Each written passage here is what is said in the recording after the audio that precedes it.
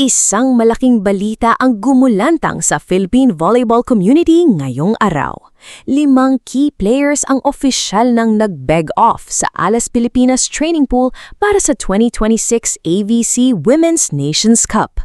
Bagamat may mga nawala, tuloy ang ratsyada ng national team sa ilalim ng bagong coach na si Ty Bundit.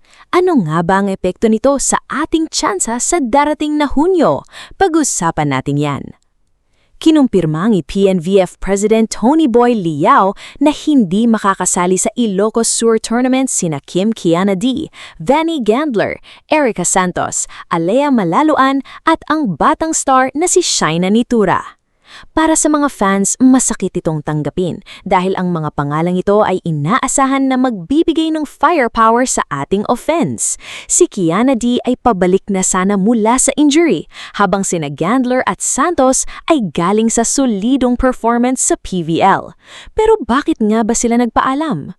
Kailangan nating tignan ang sitwasyon sa labas ng court. Hindi ito usapin ng kawalan ng puso para sa bayan. Una, ang timing. Kasalukuyang free agents sina Vanny Gandler at Erica Santos. Napakalaking panganib para sa isang pro player ang sumabak sa high-intensity tournament na wala silang hawak na kontrata sa club team. Isang injury lang, pwedeng manganib ang kanilang career at kabuhayan. Pangalawa, recovery. Si Kiana D at Shaina Nitura ay kailangang unahin ang kanilang physical health. Ang international level ng volleyball ay pisikal at mabilis. Kung hindi ka 100%, mas mabuting ibigay ang slot sa player na handang sumabak sa bakbakan.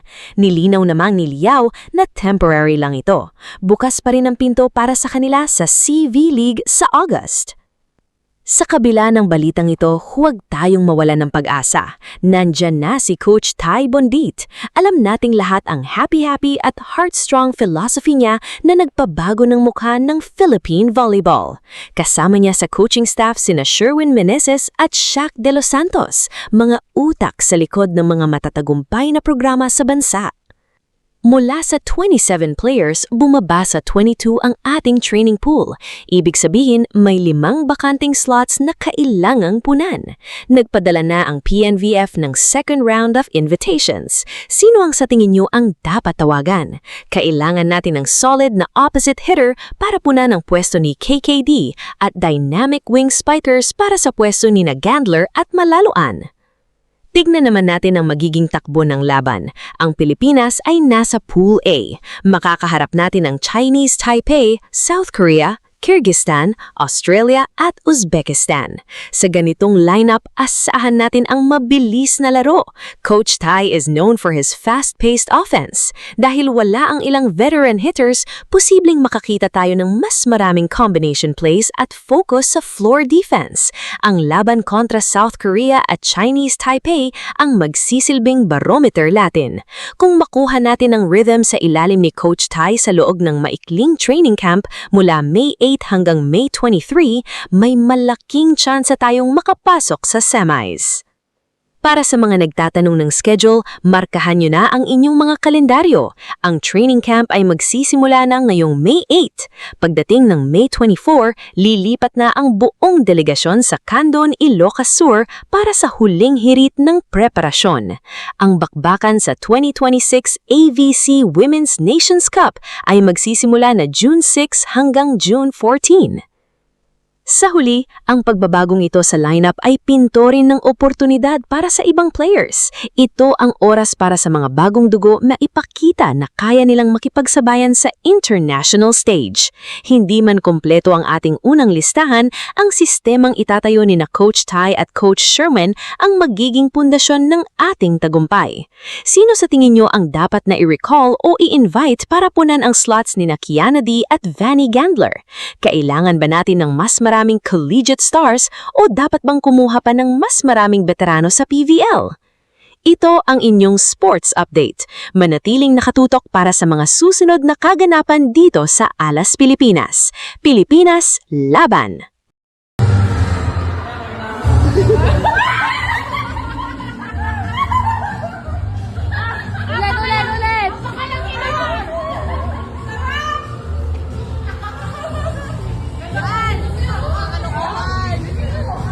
Akin na. Lagyan ko ng sabaw. Dami yan.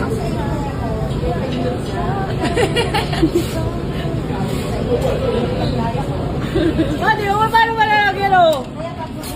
Ito kasi. Get one scoop. Kulay. Ano na protein? Yun na ba? Ay, dalawa ko. Ay, ayaw. Hindi pa up. Si Ate Mas, naibo na naman ako. Diba ni G? Kaso na to sabi ko so. I can't. Dito na. Your mom. Your mom. Mom, let's go, Mom. Mom. Ate Marian. Ate Marian. Ikaw bumili niya eh. I already had one. Make it too funny. For the gram. For jersey number daw.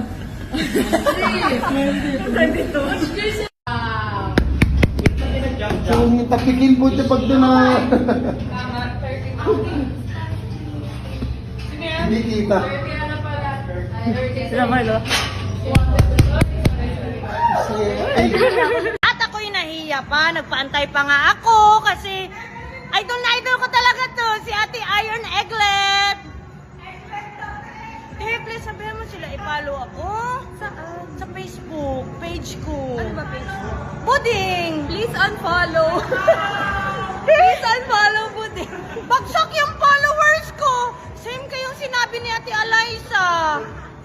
Please follow po Ay! on Facebook. Thank you. Libre kita kape. Bakit ka nila ipa-follow? Kasi, hindi ko alam. Na-blanco ako. Idol na idol ko talaga yan. Ano pa lang ako? Po, grade 4 pa lang ako. Thank you, te. Excuse you.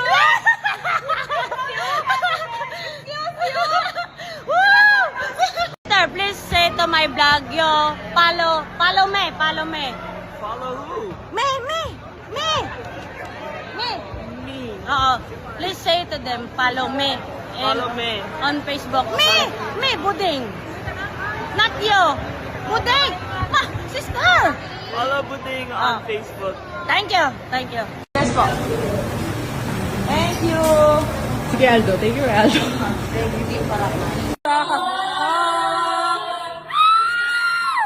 Samuel B. Ala siya. Laban. Kinilig. Oh my God, I know. Surprising my teammates for Valentine's. QR code! Ano to?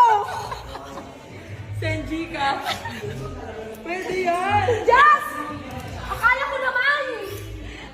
Ako naman. Magandang idea yan. Kasi Happy Valentine's. Kanino ito? Ito! Mister! Happy Valentine's! Ay, thank you! Ay, puta! Nakakainis!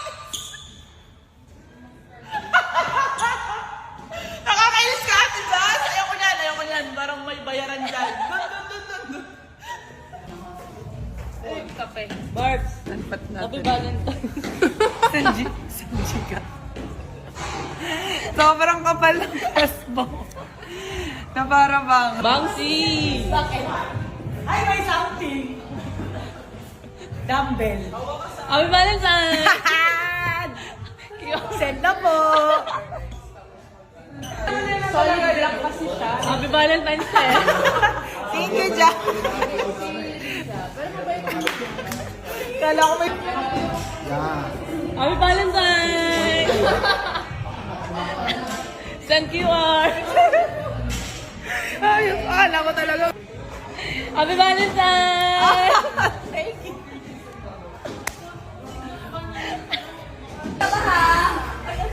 Happy Valentine's, Ron! Ay! Ba't hindi mo pangalan?